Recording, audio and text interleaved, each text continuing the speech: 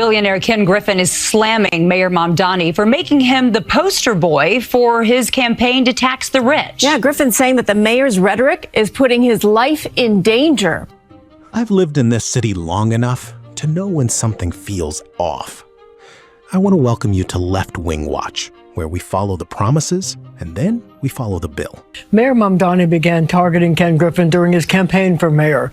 But to Griffin, it apparently became personal when the mayor posted a video that not only attacked him, but included where he lived. I moved to New York because I believed in this city. Not the postcard version, the real one. The city where your ambition has a place to land. Where if you work hard enough, something happens. That's what this city promised, and I bought it. I'm still here. But something is happening right now that I cannot ignore anymore. And I think if you're watching this, whether you live here or you used to, or you just care about what cities become, you need to understand what is actually going on. Not the politics of it, the math of it, because the math is terrifying. In the last 90 days, New York City's new mayor has sparked a financial crisis that is now moving faster than anyone can contain. And today, I'm going to show you exactly how we got here, who was responsible, and what it's going to cost. 5, 4, 3, 2, 1. Zoran Mamdani is a 34-year-old Democratic Socialist, whatever that means. I want you to really sit with this. He had never run anything. Not a business, not a large organization, not even a mid-sized nonprofit. He was a state assemblyman, a politician, a man whose entire career has been about ideas, about what the world should look like, not about the hard, unglamorous work of making things actually function. And look, I want to be honest with you here, because I think honesty is the only thing that makes this conversation worth having. I am not on the side of billionaires. I don't think the system is fair. I don't think the people at the very top of this economy got there purely on merit. I think the game is rigged, and I think most people who are paying attention already know that. But here's what I've learned. Knowing that the system is broken doesn't automatically make you qualified to fix it. And promising people things you cannot deliver, things that sound like justice but are actually just campaign poetry, that's not courage. That's something else. That's a con. There's free childcare, city-owned grocery stores. I mean, I've been to city-owned grocery stores in Havana, Cuba. You don't want to go to those. Free buses, rent-frees, city-owned supermarkets in every borough. That was the promise. Within weeks of taking office, the free buses were quietly shelved. The rent-frees got delayed. And the supermarkets? The first one won't open for 2 or 3 years. And it's already tens of millions over budget. You want to know what an Aldi store cost to build? About $1 million. Mamdani's version, his city-owned version, cost $30 million per borough.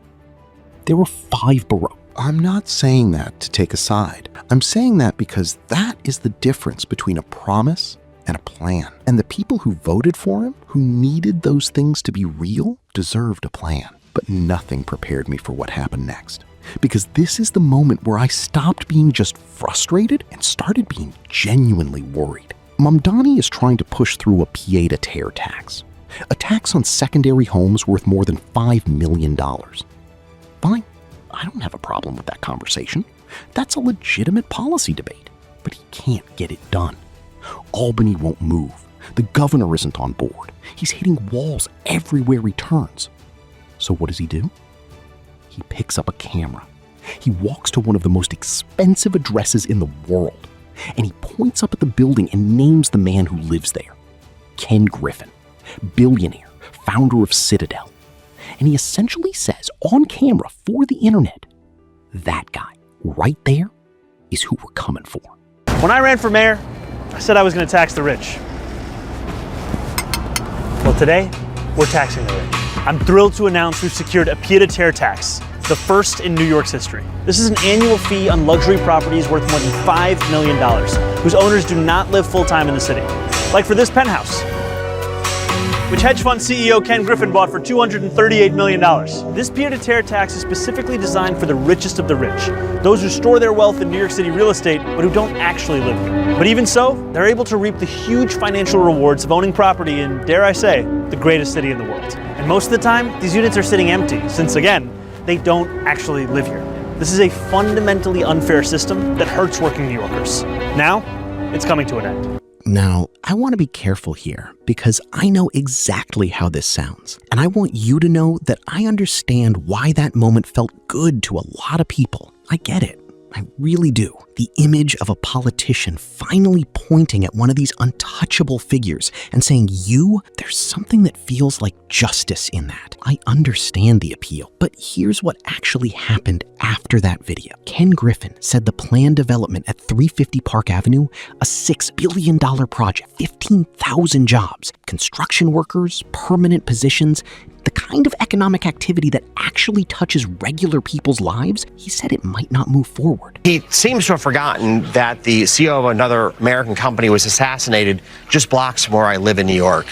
And to put any citizen in harm's way is just inappropriate for one of our political leaders. Griffin was referring to the murder of United Healthcare CEO Brian Thompson, which is why he was upset and lashed out at the mayor's video. Like this penthouse, which hedge fund CEO Ken Griffin bought for $238 million. $6 billion, 15,000 jobs, because of a video. And I keep coming back to this question that I can't answer. Who does that help? Which working New Yorker's life got better because of that video? Because I can tell you whose life got worse.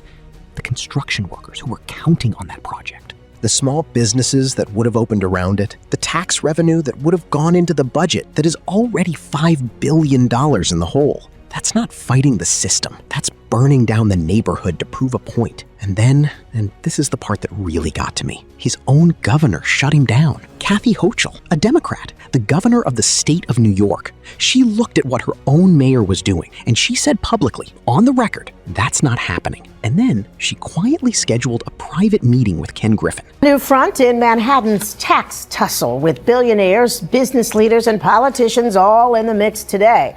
Governor Hochul is meeting with billionaire Ken Griffin, trying to ease tensions with the hedge fund CEO over the proposed pied-à-terre tax. The man Mamdani had just put on blast. She walked into that room without Mamdani, without cameras, without a viral video, and she essentially said, "We are not that. We are still a city that you can do business in." I don't even like Hochul. I don't think she's been a particularly good governor.